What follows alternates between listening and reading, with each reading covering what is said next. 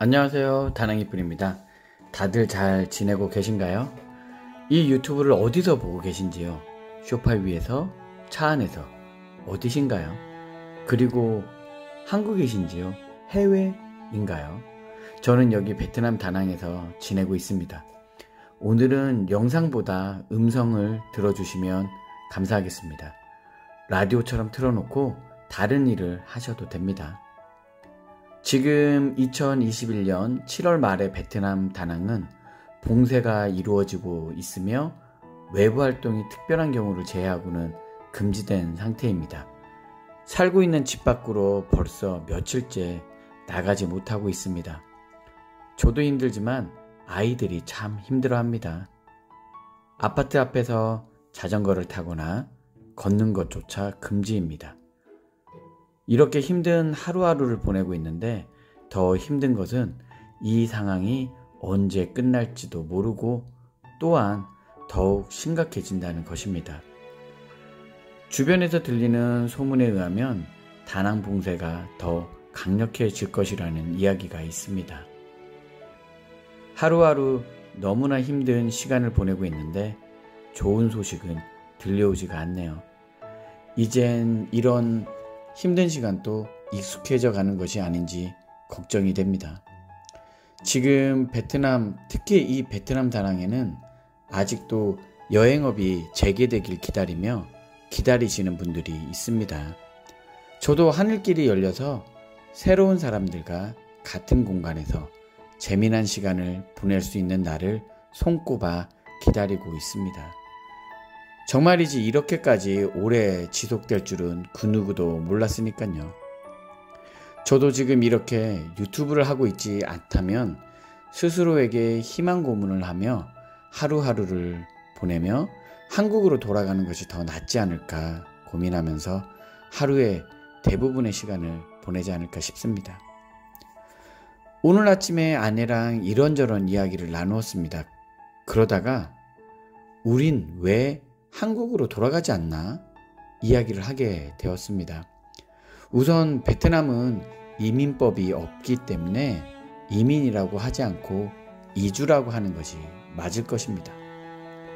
한국의 생활을 모두 정리하고 여기 베트남으로 이주하는 것이 많은 판단과 결정력이 필요한 쉽지 않은 결정이었습니다. 하지만 지금 와서 생각해보니 이민 또는 이주라는 것은 오는 것도 어려웠지만 다시 돌아가기가 그것보다 몇 배 더 힘들구나 라는 생각이 들더라고요. 이렇게 힘든 시기에도 베트남에 남아 계신 분들은 주재원이거나 베트남 분과 결혼하신 분, 그리고 베트남에서의 사업을 유지하시는 분, 그리고 이런저런 자기만의 이유로 남아 계실 겁니다. 현재 베트남 호치민에서는 교민들이 많이 한국으로 돌아가고 있습니다. 베트남에 오게 된 이유보다 현재의 힘든 상황이 한국으로 돌아갈 수밖에 없는 더 큰 명분이 되어버릴 정도이니까요. 이런 상황에서 오늘 진솔하게 말씀드리고 싶은 것은 왜 베트남에서 살아가나 왜 한국으로 돌아가지 않나 입니다. 정답부터 말씀드리면 왜 한국으로 돌아가지 않나가 아니라 왜 한국으로 돌아가지 못하냐가 맞을 것입니다. 그것이 질문이기도 하면서 답변일 것 같습니다. 왜 한국으로 돌아가지 못하나? 아내에게 왜 우린 한국으로 돌아가지 않나 라고 했더니 이젠 한국에 가면 집도 없고 차도 없는데 어딜? 이라고 합니다. 너무나 서글픈 상황이지만 또한 너무나 맞는 말입니다. 4년 전쯤 한국을 떠나 여기 베트남으로 올 때 한국으로 돌아갈 마음은 조금도 없었기에, 그리고 이런 상황, 전염병으로 1년이 넘는 시간을 보내야 하는 날이 올 것이라고는 상상도 못하였기에 작지만 그래도 14년 동안 회사 생활하며 모아왔던 작은 그리고 소중한 재산인 집과 자동차, 그 외의 모든 것을 모두 정리하고 왔습니다. 말버름처럼 해왔던 내 나이 40이 되면 외국 가서 살아야겠다는 그 꿈을 이룬 것이었죠. 몇몇 시청자님들이 댓글로 조롱하듯이 글적이는 한국에서 적응 못하는 놈들이나 해외 가서 살지, 그건 아니었습니다. 중견기업에서 대우받으며 만족스러운 회사 생활과 사회생활을 하며 바쁘지만 한국에서의 삶을 즐기며 살아왔습니다. 지금 또 내 나라, 내 조국, 우리나라 한국을 가장 좋아하며 한국이 최고임을 여기 특히 베트남에서 느끼며 살아가고 있습니다. 베트남에서의 만족스러운 삶을 살고 있는 것은 분명하나 불편함이 있는 것도 부정할 수는 없습니다. 너무나 당연한 줄만 알고 살던 것이 여기 베트남에서는 특별하고 가끔은 도저히 이해하지 못할 수도 있는 것이 되어 있습니다.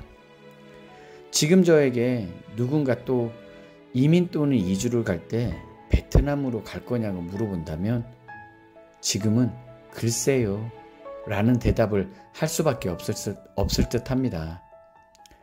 하지만 팬데믹 상황 이전에는 베트남 참 좋습니다, 추천드립니다 라고 이야기했었던 저입니다.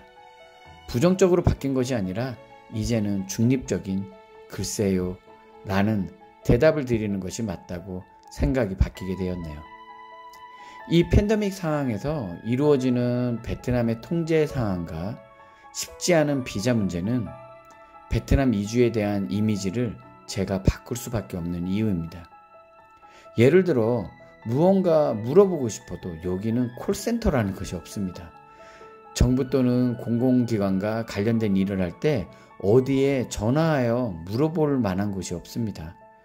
직접 가서 물어보거나 그것도 불가하여 그 업무를 가장 잘 알고 있는 사람을 물어 처리를 합니다.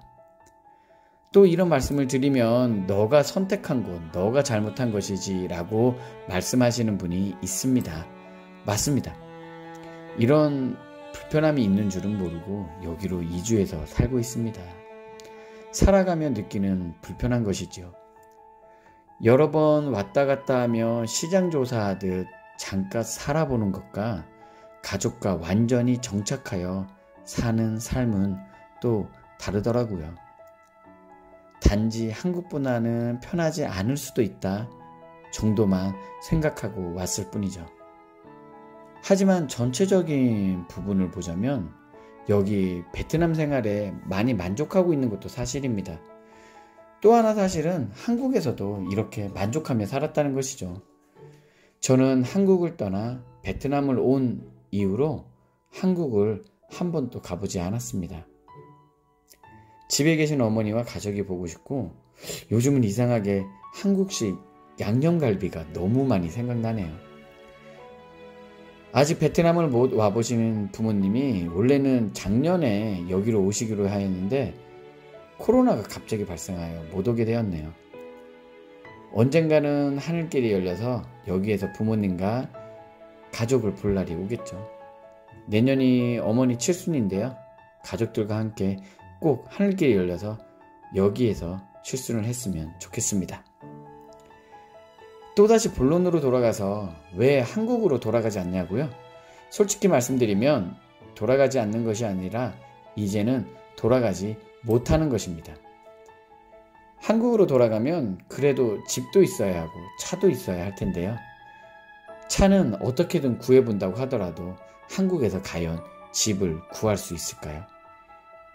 한국에서 집을 팔고 온 돈으로 애들 학교 보내고 그리고 이 팬데믹 상황이 길어지면서 그 돈은 점점 없어지는데 한국의 집값은 천정부지로 올라간다는 뉴스만 들리고 있습니다.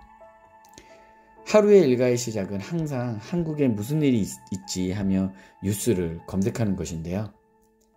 따뜻한 뉴스보다는 좀 섬뜩한 뉴스가 가득하지만 그래도 우리나라를 항상 생각하며 이것저것 찾아봅니다.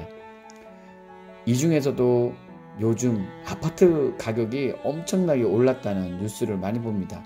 집값이 엄청나게 올랐더라고요. 많은 분들이 이 부분을 가장 아쉬워하지 않았을까요?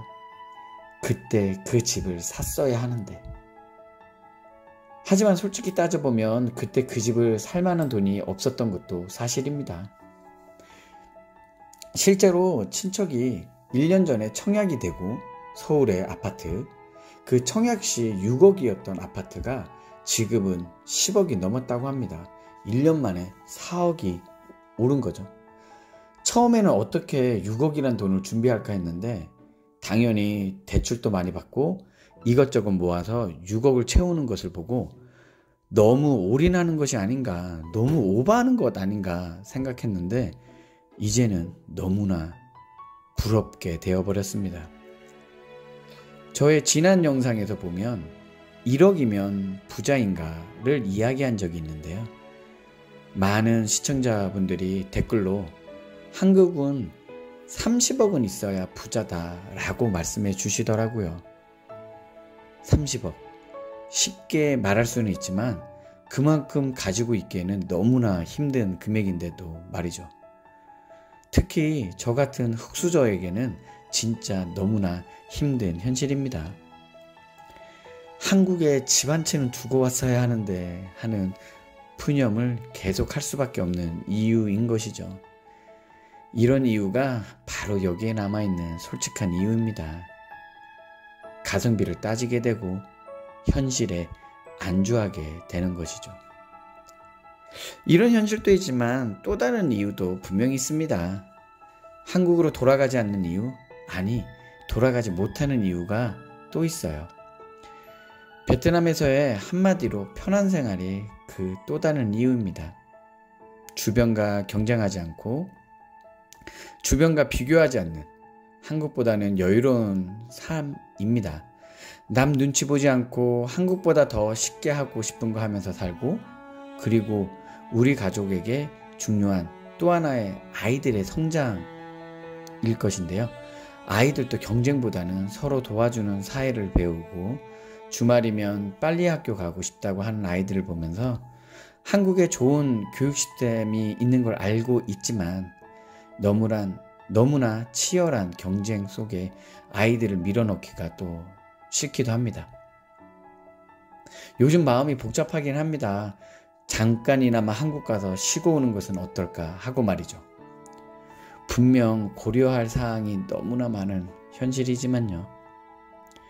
위에서 말씀드린 한국에 돌아갔을 때 너무나 벌어진 소득의 격차뿐만 아니라 이런 이유도 있을 겁니다. 이것은 저만 생각하는 것이 아니라 여기 베트남에 남아있는 몇몇 다른 분들도 이렇게 생각하지 않을까 싶습니다. 실패한 모습으로 비춰지는 돌아가는 모습을 보여주기 싫은 것도 분명히 있을 겁니다. 정말 이런 팬데믹만 아니더라도 지금 현재 모두가 부러워할 만한 모습이 되어 있을지도 모르니까요. 14년간의 한국에서의 틀에 박힌 직장 생활만 하던 제가 여기 베트남에 와서 너무나 자유로운 삶을, 만족스러운 삶을 살고 있는데 요즘 부쩍 힘들다는 생각이 들고 있습니다. 그래서 이런 생각도 하는 것 같습니다. 원래 제가 잘하는 것은 여행 관련 비즈니스입니다. 여행 상품 설계, 그리고 고객님과 얼굴을 맞대고 서비스를 제공하는 것까지 너무 자신 있고 누구보다 잘할 수 있습니다. 하늘길에 열리기만을 저도 기다리고 있습니다. 제가 잘하는 것을 하고 싶습니다. 그렇다고 이 유튜브를 그만하지 않을 겁니다. 이 유튜브도 즐기면서 하고 처음에는 너무나 서툴지만, 실은 지금도 서툴지만 저만의 개성으로 재미난 영상을 만들어낸다면 시청자님들이 그것도 좋아하지 않을까 싶습니다. 지금 또 너무나 제 자신이 신기합니다. 제가 유튜버가 되어 있다니까요. 저의 이런 넋두리를 들어주시는 분들이 계심에 너무나 감사드립니다. 하늘길이 열려서 시청자님을 직접 만나는 날이 오길 바라며, 또한 다낭에 안내가 필요하신 분들이 있다면 그분들에게는 제가 잘하는 모습을, 얼굴을 맞대고 보여드리고 싶습니다. 여기 베트남에서 시청해주시는 시청자님들 모두 건강하시기 바랍니다. 그리고 해외 어딘가에서 시청해주시는 시청자님들 건강하시기 바랍니다. 미국, 스위스, 호주, 일본, 캄보디아 그리고 세상 모든 곳에 시청자님이 있는 것이 너무 신기하고 자랑스럽습니다. 그리고 우리나라 한국에 계시는 모두 구독자님들 그리고 시청자님들 건강하시기 바랍니다. 저는 현재 베트남에 있고 베트남에서 잘 살아가도록 하겠습니다. 오늘도 시청해 주셔서 감사합니다. 항상 건강하세요.